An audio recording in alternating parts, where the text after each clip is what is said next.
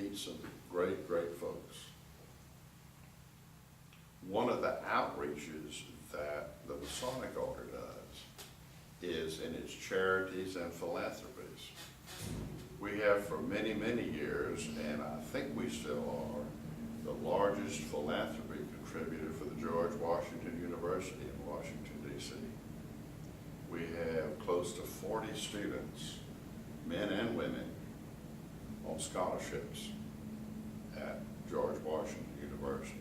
And also for around the country, there are a number of scholarships that we do, undergraduate and graduate. We had a young lady that was brought to my attention by the then president of George Washington University, was a very deserving young lady that was interested in the medical sciences and studies, but she didn't have the money to go to school. And because we had the wherewithal to do that, that young woman is a practicing pediatric endocrinologist. Think of the number of lives that she will touch in her career because somebody was there to touch her and get her started. Those are the things that bring fulfillment to me. Our primary philanthropy, that is part of the organization that I'm involved in, is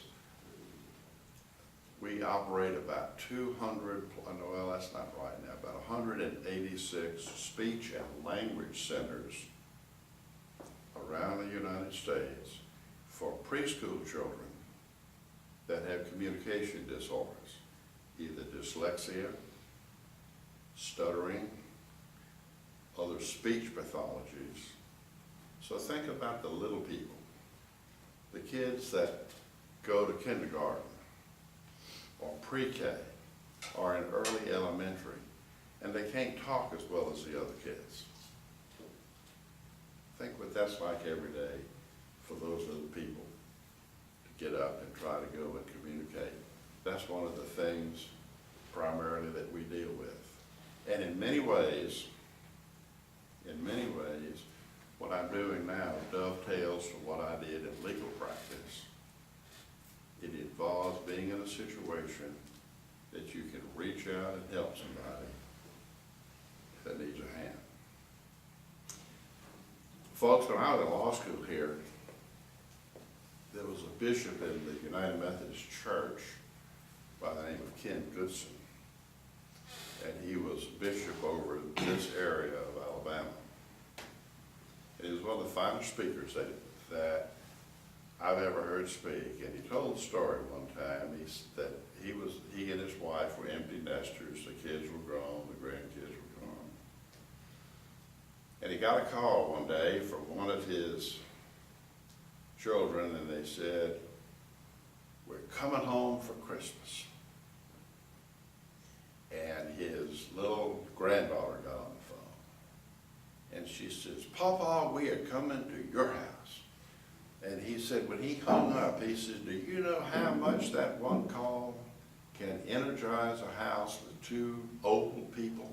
He said, all of a sudden we were full of activity and getting ready and getting the decorations down and putting the tree up. And he had asked his little granddaughter, he said, "What do you want for Christmas?" And she said, "I want the world." Now, for those of you before Google Maps, he said, "I know what she's talking about." She wanted a globe. And he said, "I went and scoured all of the stores, and I got this thing and brought it home. And as a grandfather, I wrapped it all up and put it back under the tree." And the family came and the reunion and everyone was there and little kids running around the house. So on Christmas morning, he says, "Do you know how long it takes a 6-year-old to demolish a Christmas tree and all of the things that had been put in?"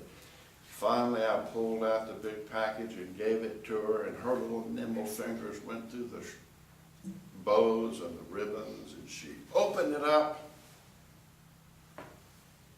and her face fell. But being told by her parents, she was very polite. She says, "Thank you, Papa." And he said it bothered him for the rest of the day because he knew he had missed it. So at the end of Christmas Day, when the kids were having their bath and he went up to tuck her in the bed, he said, "I thought you wanted the world." And she said, "I did. But I wanted a lighted world." And he said, "I knew what she meant. That they had these things that had a little bulb with a switch up in the globe. And you pressed the switch, and the lights came all over the world." But then the little girl said, "It's okay, Papa. You see, a lighted world costs more." I would submit to you, my friends at Birmingham, that what we do in the legal profession, I believe what I do now in the Masonic organization, is bringing light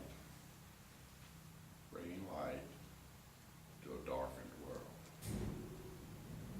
For there's so many places